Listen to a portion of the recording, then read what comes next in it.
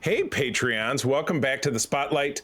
This is our segment where we talk to folks in the genre space, writers and creators, and awesome actors like this gentleman joining us today, Mr. Connor Trinneer of Stage and Screen, but related to Peter's outfit, Star Trek Enterprise. Connor, how are you?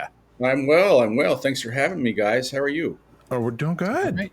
Doing good, enjoying the summertime. So, well, let's jump right on into it. I huge fan of Star Trek, obviously my whole life long. We've met on the cruise, which we were just talking about a moment ago. Um, Tell me a little bit about how you got into acting. How did the ball get rolling? I pretty much tripped over it. No pun intended. I'd gone to college, played football, and a couple of years into it, I wasn't having as much fun as I'd hoped, and just was looking for something else to do. And had met a girl at a party before, I believe it was Thanksgiving break, and she said to me, for some reason, over the course of our conversation, you ever thought about acting? You should give it a try. And I was like, why do you say that? She goes, I don't know. I just feel like you might be good at it. And prior to that, my experience with theater was I had seen a touring production of Cats, and I had seen a community theater production of A Funny Thing Happened on the Way to the Forum.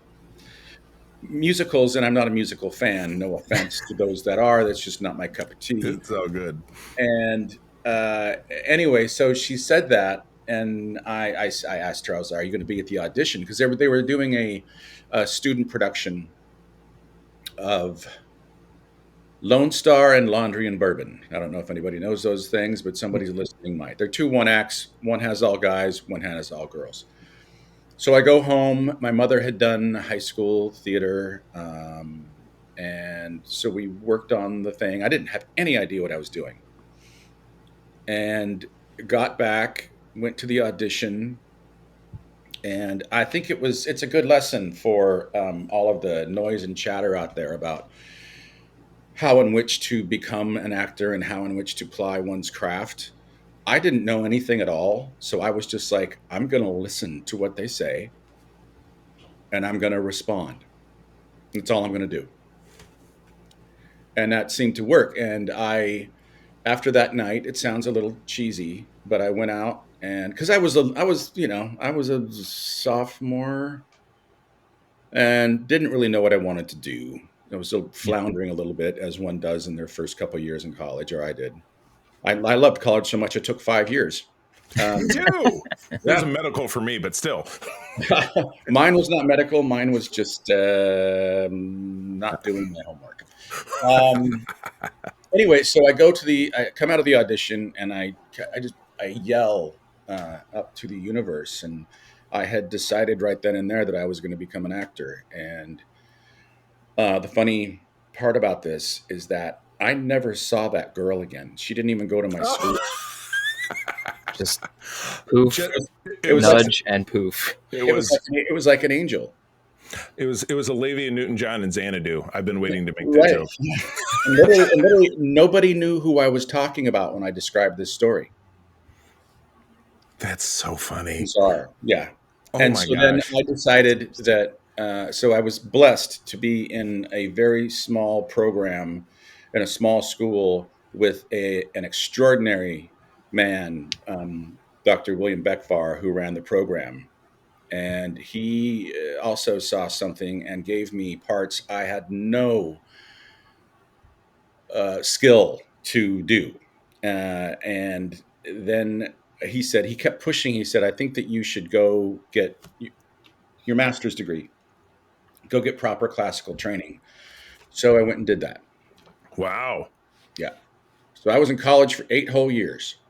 Oh my Wow. goodness. Wow. Nice. That's awesome. Holy Yeah. cow. Well, Peter being such an enormous fan of the character of Trip, this is a big deal for him. So I'm going to kind of let him ask a lot of the rest of the questions, and they're good ones. I think you'll like them. So I'm going to let Hopefully. Peter take it away. All right. Um, They better be so good, Peter. You've been set up to fail. I've been set up to fail. Oh man, I gotta You're go find the welcome. skate pod.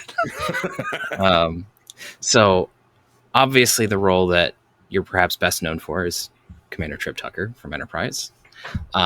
So are there any standout moments for Trip that you're specifically proud of playing? And or maybe are there some that you think back on and like groan every time you remember them? It's funny, we've got our own podcast and we're running through our own show, Right. and um, initially Trip was pretty snarky, Yeah. Yeah. and I watch those and think to myself that it's a wonderful opportunity to be able to flesh out a character for as long as I had that chance. And you got to start somewhere. Mhm. And the only description that I'd had was good old Southern boy, good with engines. A lot to Okay, work. A lot That's to a work with, right? very yeah, big description. Yeah. yeah. And I looked back on some of those initial one, like the pilot in particular. There just wasn't a depth of character that I found later on. Um, and I will say that there was one moment that didn't actually happen that, because I was very sensitive about playing a Southern character and Mhm. making sure that they didn't come across as dumb, which Right. is often the opt out. And pretty early on, there was a scene where there's a bet going on in engineering and how far the ship would go on a single day. And I'd gotten it wrong like 21 days straight. And I thought, that's that's not good. So I Yeah. called up Rick and Brannon. I'm not sure which one it was. It was probably Brannon. And I said, hey, man, I'm looking at this scene here. And I just got a question for you. Do you intend to make Trip stupid? He Ooh. said, no, no, no, no. I said, well, you are right now in this scene because the commander of engineering would know not only how fast and how far this ship is going every day, but every minute and every hour. Mm-hmm. Yeah. You're right. And so they cut it. Nice. Yeah, so I was pretty keen on that kind of stuff and not getting myself in situations that I thought were cringe worthy. But I Right. did cringe a little bit about the first few episodes where I think that I was just sort of getting my sea legs, as it were. Yeah. Um, and then I got lucky. They threw me so many stories, and um, in no particular order. Jackie, my wife, I'm kissing too. In no particular order, I had the great luxury of doing these episodes. Shuttlepod 1, obviously. Mhm. Cogenitor, Yep. Unexpected. Similitude is one I'm very, Oh, very proud of. Yeah, great that's a good episode. one. Yeah. Um, and in fact, I'm sort of Desert Crossing. I had a great deal of fun with Scott when we play that weird game of lacrosse in the Yeah. desert. Yeah. It's the Top Gun volleyball moment, kind of, right? Exactly. Exactly. Sand sticks to oil. Sand sticks to oil. Oh, no. But I'll even say this, that it's not a popular opinion, but I'm proud of the last episode too, because it was the one time. Well, it was the opportunity for me, the actor, to complete the arc of this character without Mhm. anybody having to wonder what happened. And the That's fact fair. that he happened to get killed off, that's sort of unfortunate, but I was pretty happy about that because if we were done, then we were done. And Yeah. I wanted to be able to put a lid on it, Right. That's valid. I totally get it.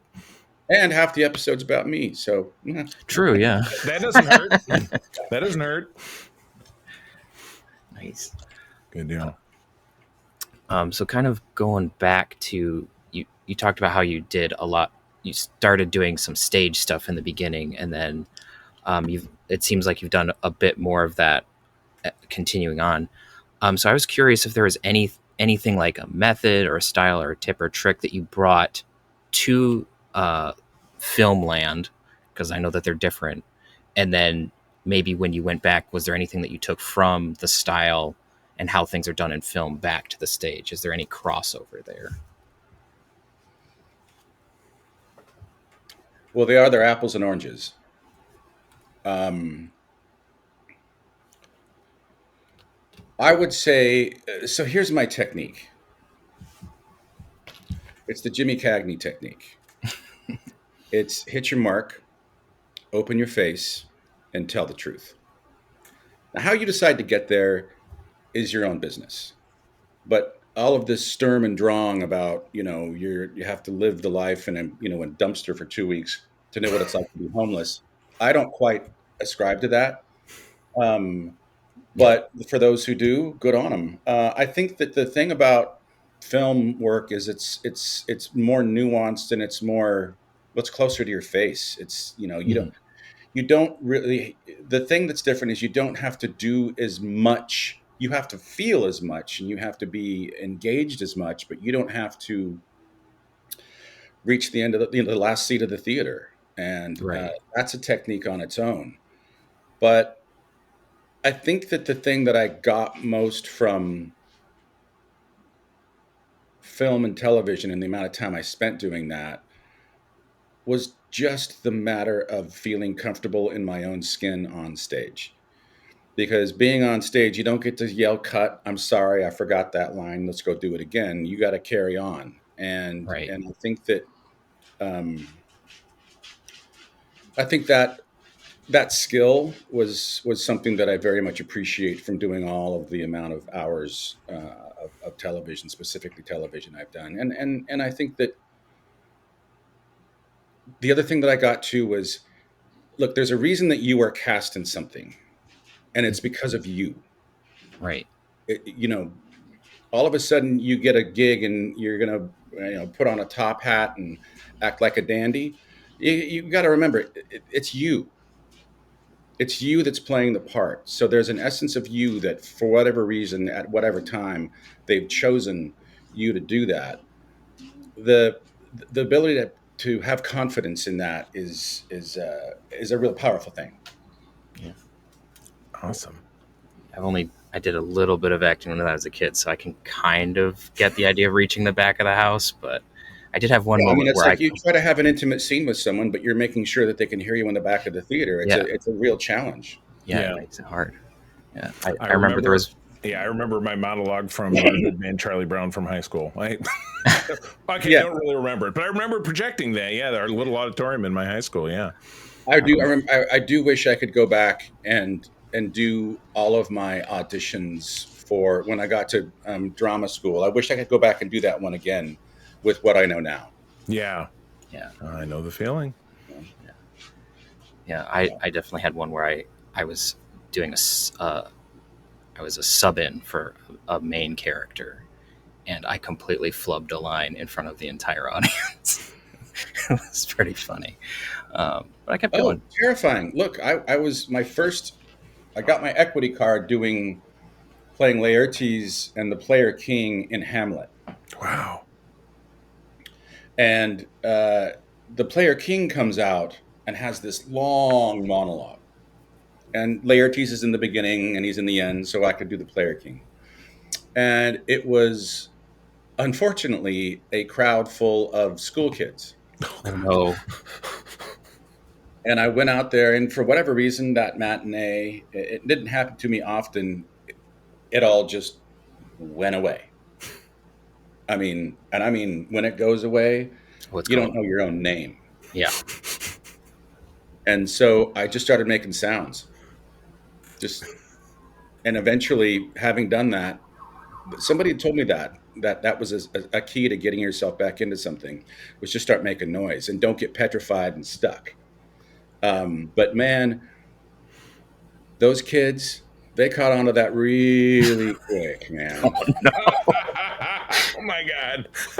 did they start making the sounds with you? Oh yeah, I got back into it, but I never got back in with them. I can tell you that. It was a one and done. Yeah, that player king sucked. Who was he? 7 thumbs down for Exactly. Homer Simpson. Right. Um, all right. Another role that I've quite enjoyed seeing you in. Part of it was a bit of a surprise when I was first watching it. Was Michael in Stargate Atlantis. Um, so Michael has a bit of an unorthodox introduction for a villain. So what do you think of how that character was, like the experimentation on him, and how did that inform how you played the character in his later appearances, and then of course if you have any particular favorite moment with that character, that'd be great too. Hey, Secret Friends Unite, let me tell you about Zencaster. We use them for our show, and now they're supporting us. Zencaster is now the all-in-one solution making podcasting easy. It's the ultimate web-based podcasting solution. Provides high-quality audio and video podcast production and hosting. With a full suite of professional tools, podcasters can seamlessly record, produce, and publish studio-quality content, all from one dashboard. Being a creator has never been easier. And we chose Zencaster because of the ease of use, high quality output, and it makes it super easy for our guests to come on. We had multiple solutions we tried before, and Zencaster has just been the best fit for us. Why Zencaster? It's now super easy to record a podcast with Zencaster. Log in using your browser and start recording a high-quality podcast right away. Record studio-quality sounds and up to 4K video with your guests. Feel a sense of zen knowing Zencaster's multi-layered backups ensure you always have your recordings in the highest quality, even if the connection is unstable. Have you ever worried what you sound like? Zencaster's post-production process makes you sound buttery smooth. It automatically removes those ums and ahs in your recording. It removes those awkward pauses in conversation too. Set the right podcast loudness and levels while reducing background noise with a click of a button. So if you're interested in making an easy, high-quality podcast just with the click of a browser button, go to Zencaster.com/pricing and use my code SFU1. You'll get 30% off your first month of any Zencaster paid plan. I want you to have the same easy experiences I do for all my podcasting and content needs. It's time to share your story. Now back to the show. Well, that was one of the few times I got offered something. And it was meant to just be, I think, a one-off episode. Yeah. And I could tell that about halfway through that they were interested in doing more, and asked me, in fact, would you want to come back and do this again? And I was like, sure, this is fun, because in the first episode, he hasn't gone to where he goes. Oh yeah. But I thought that was in fact, I had told my agent after Enterprise ended that I didn't want to do any sci-fi out of the gate again, because I didn't want to get pigeonholed. How stupid was that? But I saw the description of the character on the breakdowns, and I called my agent up and I said, I know what I said, but this looks really cool. And he called me back 5 minutes later and said, well, it's yours if you want it. And so, I haven't had a lot of experience in acting with a lot of prosthetics and that kind of makeup. Yeah. And you kind of have to match your makeup. You have to almost act the makeup and the prosthetics and the costuming. And I just remember, I'd get there at like 3:30, 4 in the morning for the hours of time it took to put all this stuff on. Oof. And I would get there, and by no means was I in character at all for him. But they would, begin applying things and layers of things. And, 3-4 hours later, I was done with makeup, and then I'd go put my costume on, which was like, my God, that thing was like half a cow of leather. Oh yeah, it was intense. So heavy. And I had like, Gene Simmons would be envious of the shoes that I was wearing. Oh, nice. And then they put in the teeth. And then they put in the cat eye contact lenses, which eliminates your peripheral vision. So I'd go back to my trailer being all done, and I'd look at myself, and I'd just feel different. I couldn't see peripherally. I had a mouthful of teeth that weren't mine. I'm wearing something bonkers, and I'm seeing a character, and I just tried to. Again, I almost tried to play the costume. That's wild. Oh my gosh. Now I have to. I will admit that I've not seen that show, but now I'm going to have to go track down that episode. I have to see this outfit. I have to see it. I don't know. I don't know how many I did with them. The first episode, Michael, I'm not in any of that. Oh, okay. And then I thought it was very fascinating, the idea that they were going to, eliminate the Eratus bug in the combination of their wraith, and just make him human, and that went over like a Led Zeppelin. Yeah, And I wish that we'd had more opportunity to explain. They talked about him so much more than they saw him. that is true. He got mentioned a lot. A lot. And one of the things that I wish that they had done was, and I get that they're trying to cover their Bible and their arc of their story. I wish that they'd done more than just say, "Well, you all did this to me, and this is why I'm doing this." Yeah, because Um, there's kind of like hints of it, but not. yeah, Yeah, it's not fully fleshed out in the same way that like. it's not, and I think that, but it was so much fun to do that, because coming off the heels of Trip and going into playing, you know, the other thing is you can't play evil, you can't play it. You have to play a need. Right. And he was a being in purgatory. He had no home with the wraiths, and he had no home with the humans, and he had to fight to survive. And I found that like a dynamic thing to play. Yeah. Awesome. Was there anything with playing the villainous version of Trip from In a Mirror Darkly that helped play Michael at all, or no? Okay. No, I hated those. Okay. That's fair. I still hate them. That was And some tough makeup too. You had the one talking about peripherals. You had the it's actually Captain Pike's scar. It's the actual scar. from the 60s. Yeah. Boy, they really don't throw out anything Didn't out there, pick do that up. they? Wow. Not then, no. The problem for me is that we came into the episode. It's such an odd anomaly to go do a throwback thing when you're in 2/3 through season 4, Right. and so I had no idea what to do with it. So I went in, and Jim Conway was directing it, and he was our pilot director, and so I come in, and Jolene's in a halter top version of her uniform with like elfin ears and hair, and I come in, and I do a little gruffer than I would normally do it, but I really didn't really feel comfortable. And Jim said, "All right, just do more. Go for it more." And so I said to him, "You mean like a pirate?" And he goes, "Yeah, try that." All right. Action. Arr, arr, arr, arr, arr, arr, arr. Cut. Print. And I said, "No, Jim, don't," because that was a joke. I was not being serious. He goes, "No, it's great. We're moving on." Oh boy. So I had to do my choice for 3 more weeks. Oh. Gosh.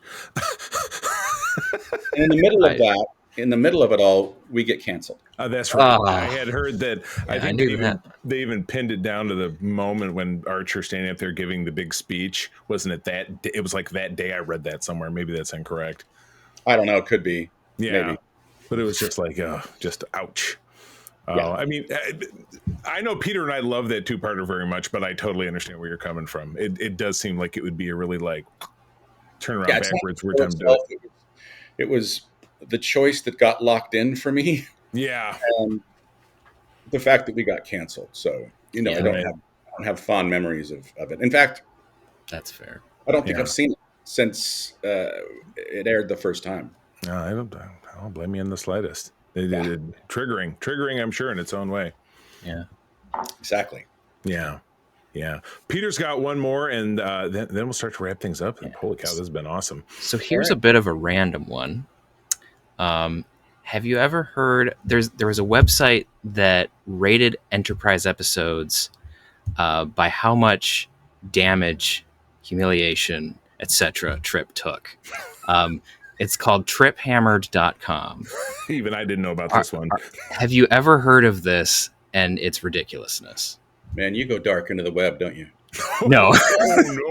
Oh No. no! Not Peter. He's a quiet No, boy. this is like early 2000s. It's even like white back web page, so it hasn't changed since 2005, I think. I have not come across that, but I will say that I came across and actually met this lovely guy who had created a website called Tucker's Nuts, which highlighted me in my underwear. Oh, so I mean, similar vein, just slightly different. it's a classic look for the character. Let's face it. So, I don't know. I mean, this sort of reminds me of, again, I was very, very conscious of what about what I was entrusted with, which was this guy. Mhm.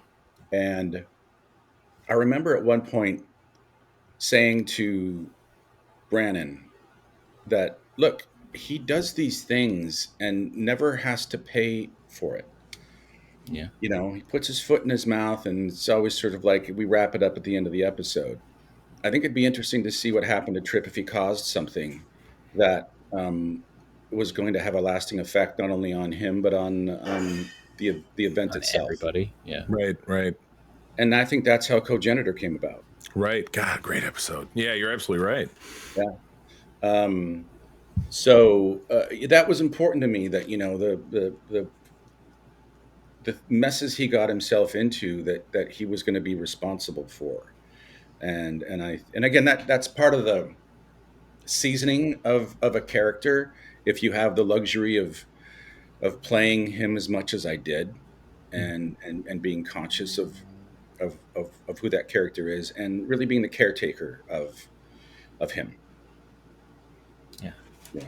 Awesome. I Oh love my that. goodness. Good stuff. Well, as we wrap up, tell us all about the podcast. You've done several, and you've got a new one. You're going through the show. I mean, tell us all about it. Yeah, Dom and I had one before, and that didn't work out, and we decided to carry on doing it with somebody else, and we really enjoyed it. As you guys know, it's a challenge. Yeah. It takes up more of one's life than one would expect, and Yeah. and we really decided fairly recently, and it kind of came from me, that what exactly are we doing here? And are we gonna fish for the biggest, best guest we can get, whether or not they're part of Star Trek or not?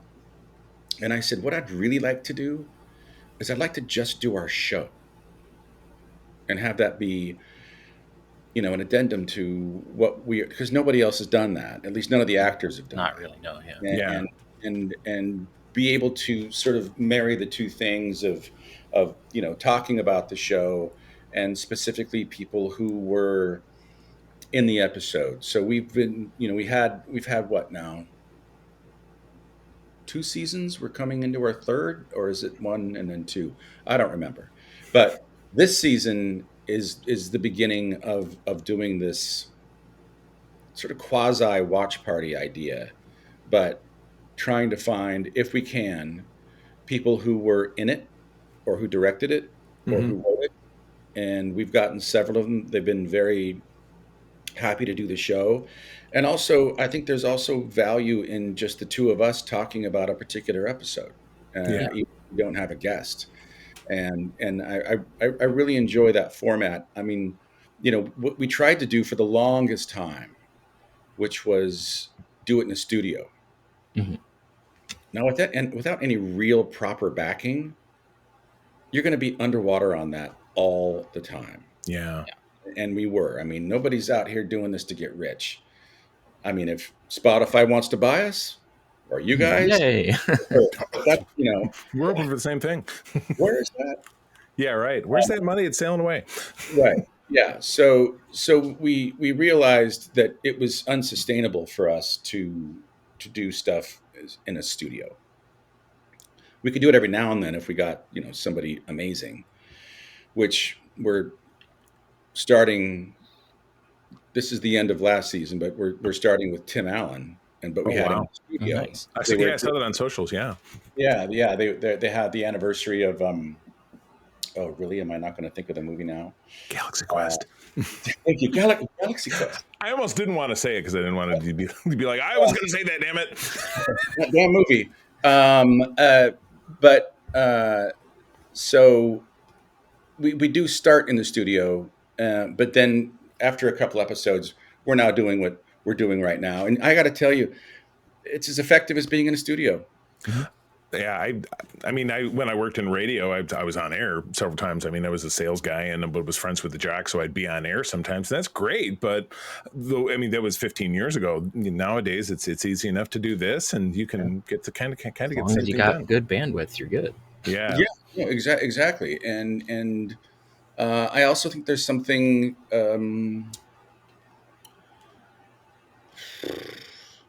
To me, it's almost better to do it this way than it is to do it in a studio. One, you're limited by time. Mm-hmm. You've got to rent the space. And two, I think people are more comfortable in their own environment, and Yeah. I feel like you get some better things out of them. And the editing process is a breeze. That couldn't be any easier. I love it. Yeah. I love it. Tick, cut, move on. Put this together, splice, post, good, which is what I'm going to do when we're done here. Blooper at the end. Best place to track down the show. What's the website?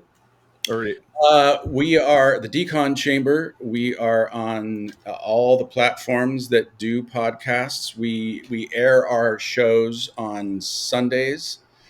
We are starting after the big Vegas Fandango that we're all going to. Yeah. The following Sunday is when we're going to air our first episode of this season. You can catch it on Spotify, Apple Podcasts, but we air it on YouTube. Oh, very good. Yeah. That's our show. We're everywhere, but we do YouTube as well, and of course our Patreon, which then's up on our YouTube. So you will see yourself there. Well, we're at time, but Connor, this has been tremendous. I'm a huge fan. I'm not at Vegas this year. I have a work conflict. May try it next year, but I will be on the cruise. Am I going to see you on the cruise next year? Yes, you are. Then I will stay to the very end of karaoke. You can count on it. I'll force the issue. All right. And I'll tell your wife that. I'm going to force the issue and get you guys to sing. I'm going to walk right upstairs and tell her that. I'll even let you pick the song. Because How about Islands in the Stream? Islands in the Stream, that's the one. We're only 6 months away, and I'm very excited about the cruise. I'm turning 50 on Feb 23. We will be in Puerto Rico, which I've never been there. I'm super psyched. Yeah, nor have I. Yeah. I'm very, very excited. Well, cool. Connor, thanks again. Patrons, thanks for tuning in. If you're not a Patreon, listen to this on our free feed. Please visit patreon.com/sacredfriendsunite. Try us out for 7 days for free. Connor Trinneer, thank you so much. Thanks, fellas. That was fun. This podcast is part of the Secret Friends Unite podcasting network, available on Apple Podcasts, Spotify, and podcast services around the galaxy, as well as video on our YouTube channel. You can support Secret Friends Unite by becoming a Patreon member, get bonus programs and more over at patreon.com/secretfriendsunite. Join our Discord community for even more discussions on all things geek. For all the latest updates on Secret Friends Unite, make sure to follow us on Threads at secret.friends.unite and visit secretfriendsunite.com. Find our merchandise at TeePublic and Redbubble. Thanks for listening, and may the Force live long and prosper.